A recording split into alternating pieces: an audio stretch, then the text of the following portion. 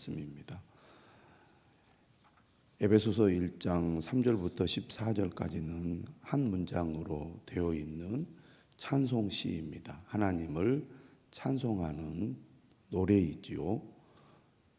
에베소서를 시작하면서 하나님을 찬송하고 있고 찬송해야 할 이유에 대해서 말씀을 했습니다.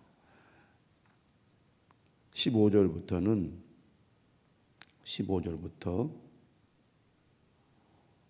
19절까지는 기도지입니다. 기도. 하나님께 감사의 기도를 드리고 있습니다. 15절이죠. 이로 말미암아 주 예수 안에서 너희 믿음과 모든 성도를 향한 사랑을 나도 알고 내가 기도할 때 기억하며 너희로 말미암아 감사하기를 그치지 아니하고. 바울은 편지를 쓰면서 항상 편지 가운데 하나님께 기도를 드렸습니다. 그리고 그 기도의 내용을 편지에 실었는데요. 우리가 빌립보서나 또 데살로니가 전서를 읽으면서도 알 수 있었습니다. 그리고 바울의 기도를 보면 항상 어떤 기도가 포함되어 있느냐 하면 감사 기도가 항상 포함되어 있는 것을 알 수 있습니다. 그런데 바울은 누구 때문에 감사하느냐? 자신에게 베푸신 은혜와 복에 대한 감사가 아니라 그가 기도하고 섬기는 에베소 교회나 빌립보 교회나 데살로니가 교회나 이런 교회들 때문에 감사를 합니다. 오늘도 바울이 하나님께 감사하는데 감사의 이유가 나오죠. 주 예수 안에서 너희 믿음과 하나님을 향한 믿음을 가리키겠죠. 그리고 모든 성도를 향한 사랑을 에베소 교회의 성도들이 하나님을 향한 믿음과 성도를 향한 사랑을 잘 실천하고 있다는 얘기입니다. 그 소식을 바울이 들었다는 얘기죠. 신앙은 균형을 잘 이루어야 합니다. 하나님을 향한 믿음과 성도를 향한 사랑이 균형을 이루어야 한다는 거죠. 다른 사람과 관계는 좋은데 하나님을 향한 믿음은 별로인 사람이 있고 하나님을 향한 믿음은 특별한데 성도를 향한 사랑은 또 소홀하는 사람이 있는데 우리가 성경 말씀을 읽으면서 성경의 모델들은 또 우리의 신앙의 모델이잖아요. 믿음과 사랑이 균형을 이루는 것, 이것이 성숙한 신앙의 길이라는 거 우리가 꼭 기억할 필요가 있겠습니다. 내가 기도할 때 기억하며 너희로 말미암아 감사하기를 그치지 아니하고. 바울은 늘 그가 섬기고 또 그가 세웠던 교회를 항상 기억하면서 그들을 위해서 기도를 그치지 않았다는 겁니다. 특별히 어떤 기도를 많이 했느냐? 감사 기도를 많이 했어요. 에베소서는 다른 서신서와는 좀 다릅니다. 바울의 다른 서신들을 보면 교회가 어떤 문제를 가지고 바울에게 도움을 요청한 것과 관련이 있습니다. 교회의 문제들을 많이 다루고 있거든요. 에베소서는 그렇지 않습니다. 에베소서는 교리적인 이야기들을 주로 많이 하고 있는데 오늘 본문을 보면 에베소 교회를 향한 바울의 감사 기도가 계속 되고 있다는 얘기입니다. 감사하는 마음을 가지고 교회를 바라보고 또 성도들을 바라본다는 것은 참 중요한 것 같아요. 에베소서는 그렇지 않지만 다른 서신서들을 보면 교회가 여러 가지 문제가 많이 있잖아요. 고린도 교회가 대표적이라고 하겠습니다. 그런데 어떤 시각을 가지고 교회를 바라보느냐가 참 중요한 것 같아요.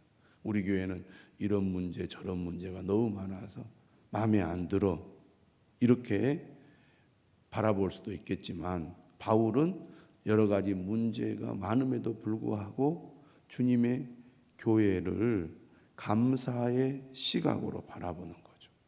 그래야 긍정적인 마음도 갖고 기대하는 마음도 갖고 그리고 교회를 위해서 일하는 보람도 느끼지 않겠습니까? 에베소 교회를 생각해 보면 하나님께 감사할 것이 너무나 많습니다. 그런 마음이라고 하겠습니다. 오늘 우리도 교회를 위해서 기도하고 또 교회에 속한 우리 성도들을 위해서 기도할 때 하나님, 우리 교회를 생각하면 너무나 감사합니다. 우리 교회 성도들을 생각하면 너무나 감사합니다. 내가 섬기는 성도들, 내가 돕는 성도들, 이런 성도들을 생각하면서 하나님 앞에 감사 기도를 드릴 수 있어야겠습니다. 가족도 마찬가지죠. 우리 가족들을 생각하면서 하나님 앞에 감사 기도가 그치지 않아야 되겠습니다.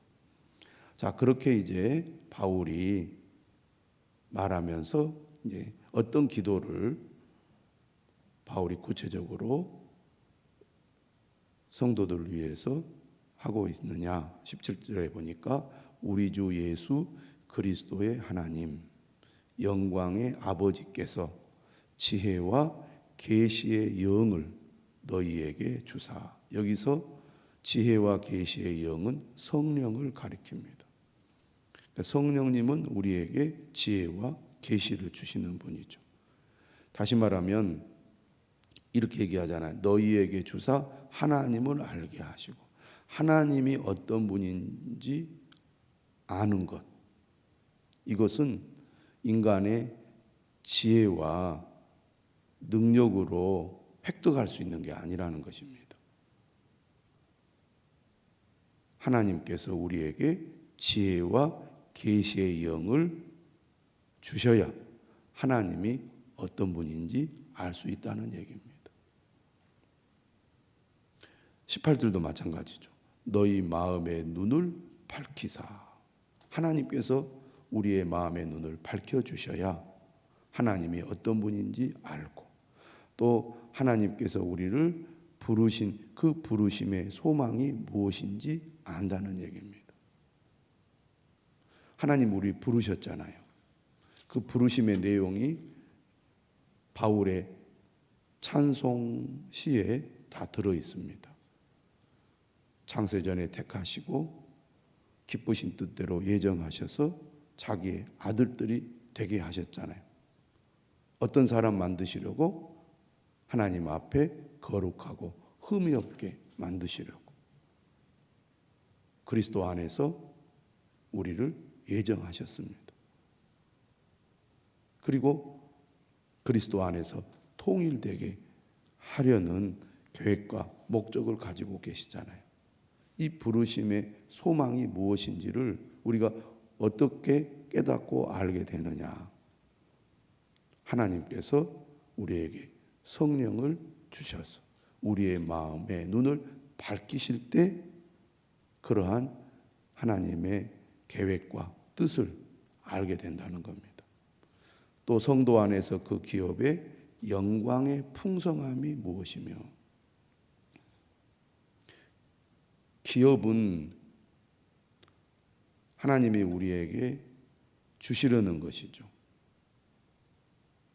영원한 기업 하면 우리가 하나님께서 우리에게 예비하신 하나님의 나라를 가리키죠.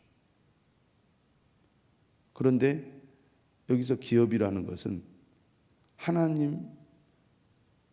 하나님이 우리에게 베푸신 모든 은혜를 가리킨다고 하겠습니다. 구원의 은혜. 하나님께서 베푸신 이 구원의 은혜는 풍성한 것이죠. 이루 말할 수 없는 풍성한 은혜고 복입니다.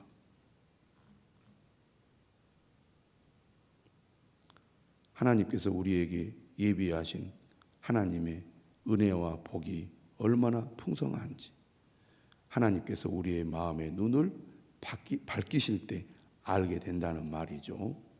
그의 힘의 위력으로 역사하심을 따라 믿는 우리에게 베푸신 능력의 지극히 크심이 어떠한 것을 너희로 알게 하시기를 구하노라. 역사한다는 것은 일한다는 것이고 힘의 이력이라는 것은 하나님이 가지고 계신 능력을 가리킵니다. 하나님은 무한하신 능력으로 하나님의 구원의 계획을 이루기 위하여 일하시는데 누구를 통해 그 역사를 이루십니까? 믿는 자를 통하여 믿는 우리에게 이러한 능력을 베푸시는 거죠. 믿는 우리에게 베푸신 능력의 지극히 크심이 어떠한 것을 너희로 알게 하시기를 구하노라. 문장이 쉽지 않죠.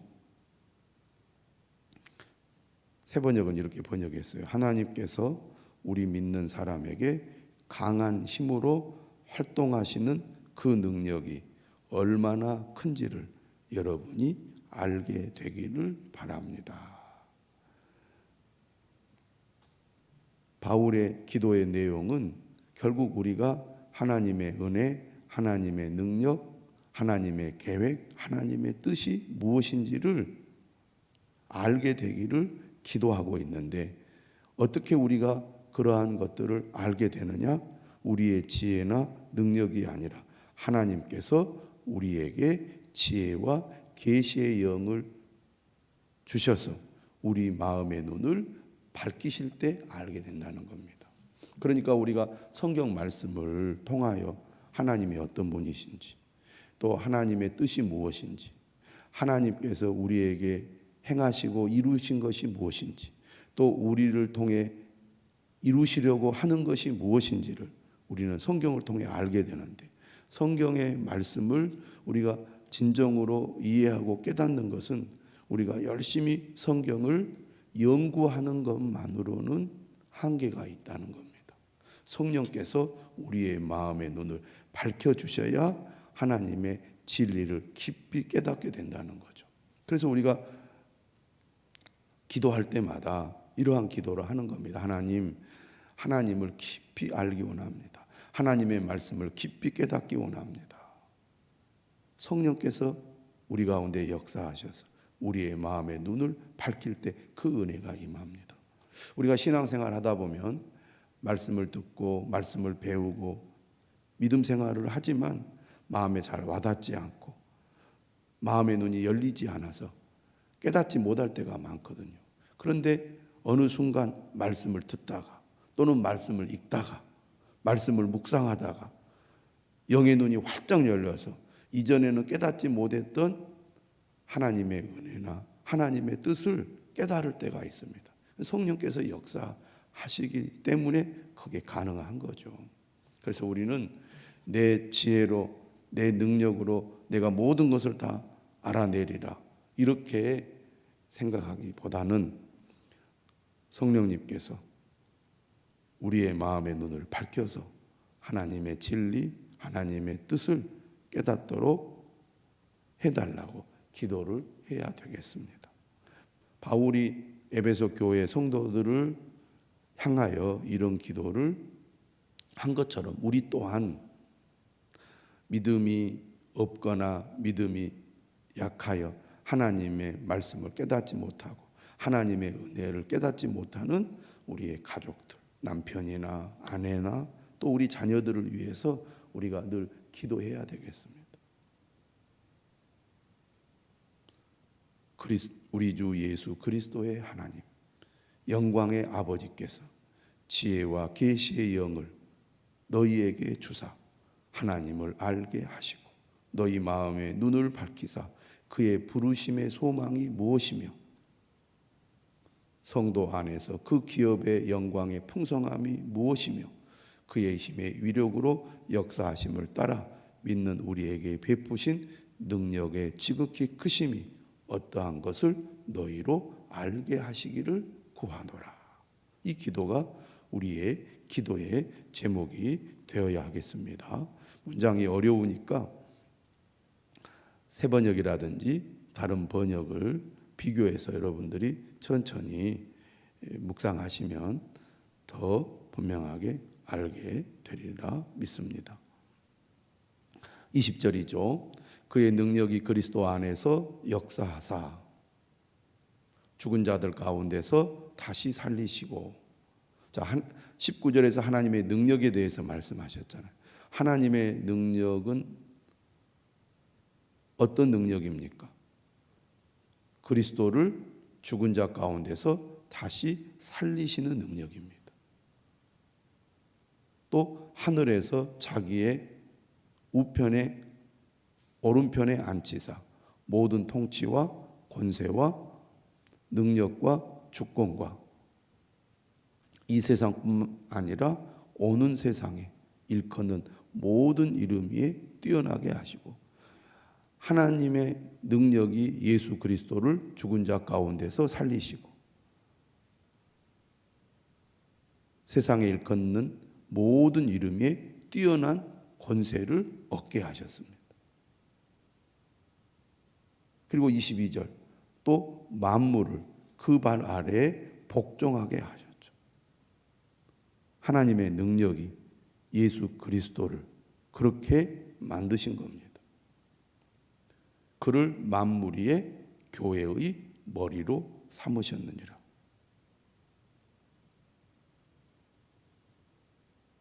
예수 그리스도의 부활과 승천으로 말미암아 예수 그리스도는 모든 이름에 뛰어난 존재가 되셔서 만물을 그 아래, 그의 발 아래 복종하게 하셨다는 말씀입니다.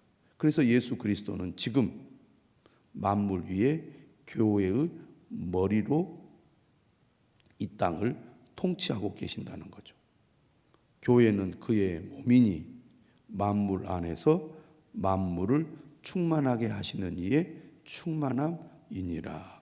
교회가 그리스도의 몸으로서 예수 그리스도는 교회를 통하여 만물을 충만하게 하시고 만물을 통치하시고 만물을 그리스도 아래 복종하게 하신다는 겁니다. 이 모든 것을 누가 하셨습니까? 하나님이 하셨다는 얘기죠. 예수 그리스도가 어떤 분이신가? 또 예수 그리스도와 교회는 어떤 관계에 있는가? 예수 그리스도께서 교회를 통하여 세상을 어떻게 다스리시는가에 대해서 개론적으로 요약하여 말씀하고 있습니다. 오늘 우리는 교회에 속한 지체이잖아요.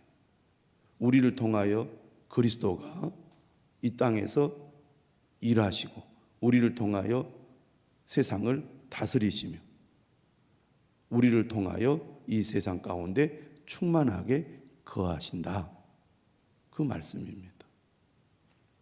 오늘 말씀을 통하여 우리는 하나님께서 예수 그리스도 안에서 교회에 속한 우리 성도들이 그리스도의 다스림 아래 하나님의 뜻을 이루는 도구로 사용되고 있다는 것을 말하려고 하고 있습니다. 우리에게 교회를 주신 하나님, 또 우리와 함께 계시는 예수 그리스도, 그분을 의지함으로 우리의 삶 가운데 또 세상 가운데 하나님의 능력을 나타내는 삶을 살아가는 우리 모든 주님의 자녀들 또 교회의 지체들이 되시기를 주님의 이름으로 축원합니다. 기도하겠습니다.